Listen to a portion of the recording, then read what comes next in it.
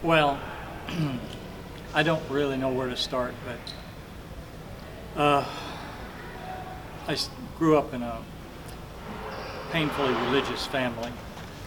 Um, and by the time I was 18, I was in college going, how come everybody who's not religious is happy and I'm not? And so I decided that I clearly didn't know God. And if I could know God, I'd have to know Him by experience, so I wasn't going to bother with religion anymore. And of course that went over really good with my family. And then I started into transcendental meditation. So I kind of focused a lot of things on that.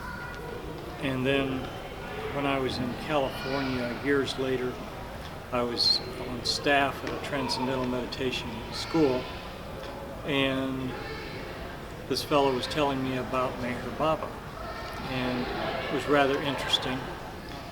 The only thing he said is Meher Baba doesn't have a technique, like meditation or something. So I didn't know what to do, and so finally I left the academy and I met Arlene. And she had heard about Meher Baba from TM people that she knew. So we got married, and she was 21 years older than me, which was rather interesting socially. And so we were a total embarrassment to the TM movement. Big spiritual organization, totally embarrassed that an older woman married a younger man. So they were very rude to us all the time and on any social occasion. And Arlene was saying, I wish we could take what she meant was a retreat. They call them residence courses. And I said, I know, but I said, they treat us so badly. And then all of a sudden I said, well, there is a place out east somewhere. This fellow in California told me about it. So it's something to Meher Baba Center. And she said, oh, well, I ordered God Speaks from Kitty Davy. I've got her correspondence. So she dug that out, and we called Kitty Davy up. And I told her we wanted to take a retreat. And, she said, oh, yes, call back Monday. So I was just so cute talking to her. And so I repeated the whole thing again because I didn't want to hang up. She said, oh yes, call back Monday. Click. And so I was working, but I sent Arlene with her sister and her friend to the center. And she had an experience in Baba's house where she felt Baba asking her, why are you trying to transcend me? And she said inwardly, she said, well, Baba, I don't know about that, but I'm having such a wonderful time on your center. I'll think about that when I get home. And she came back after 2 weeks on the spiritual center, and every day we would meditate morning and evening. And every day we would sit down to meditate. She'd just start to meditate, and she'd be up doing something else.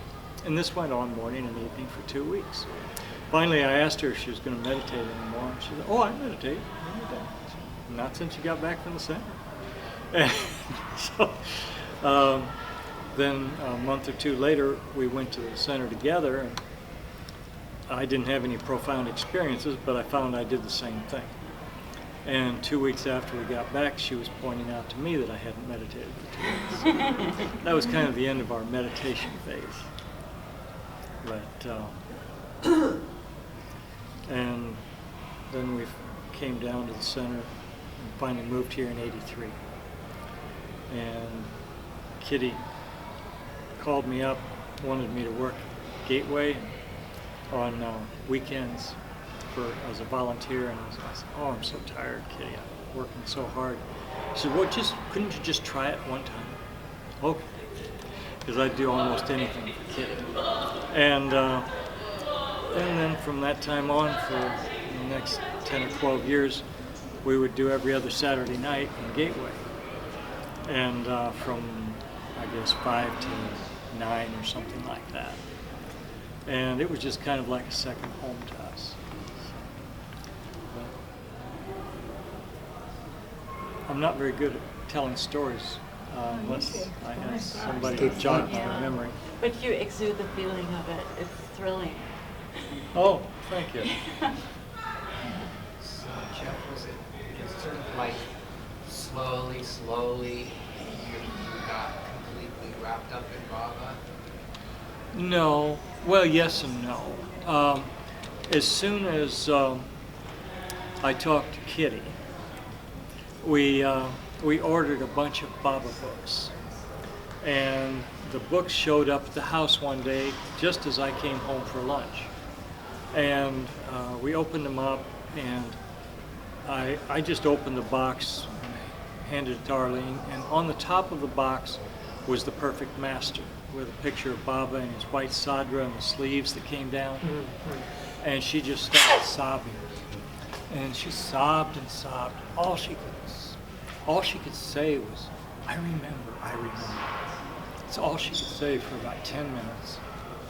What did she say it again? What did she I remember, I remember. That's all she could say. And for the longest time, I mean, you know, it was a time that she had, the way she described it to me,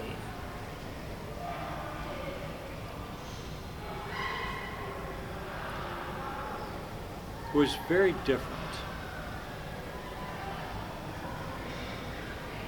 It was so personal. Whatever she remembered, if I describe it in words, it won't be right. It's just, it was almost as if she remembered being him. It was so intimate. And then, so we were reading books for quite some time, and went to to Myrtle Beach a few times, and then moved here, and I started working in construction, and we had our time with Kitty and Jane for quite a few years. It was,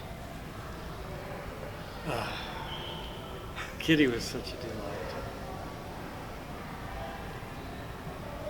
Arlene said the first time I got off the phone after talking to Kitty, I was sitting on the edge of the bed, and I didn't seem to be able to say anything. She said I was just glowing. All I could say was, I just talked to the cutest little old lady. And I loved the way Kitty would always, you would think you were having a conversation, and she'd hang up the phone. Or you'd be having a conversation, and all of a sudden she'd be talking to somebody else on the other end of the phone, and it was as if she had dropped the call, you know? And I didn't even know in those days that that was normal for Kitty. Okay. So I'd hang up and she'd call me back 5 minutes later. So, I mean, she was so cute.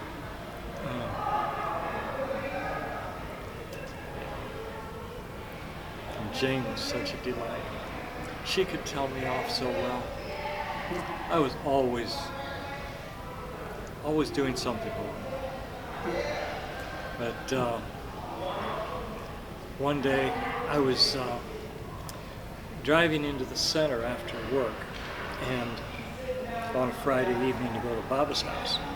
There's this young fellow there walking in. I didn't know who he was, but I offered him a ride, and I was going to take him to his cabin. And all of a sudden, I turn past the green cabin, this car starts honking at me. And I stop my car, and I get out. Jane is behind me, and she says, "Why are you driving so fast?" Well, I wasn't, but I said, "I'm sorry, Jane. I'll try to do better." "Who's that in the car with you?" I said, "I have no idea." I picked him up on the way in, and she said, "That's so-and-so. I had been trying to reach him, send him back here, I need to talk to him. She just had this knowing that was so awesome. She would use some excuse to pull me over, so to speak, and then what was really needed took place, because she had not been able to get this young fellow to come see her, and he was just about to go off to whatever a war we had started in the early 1990s.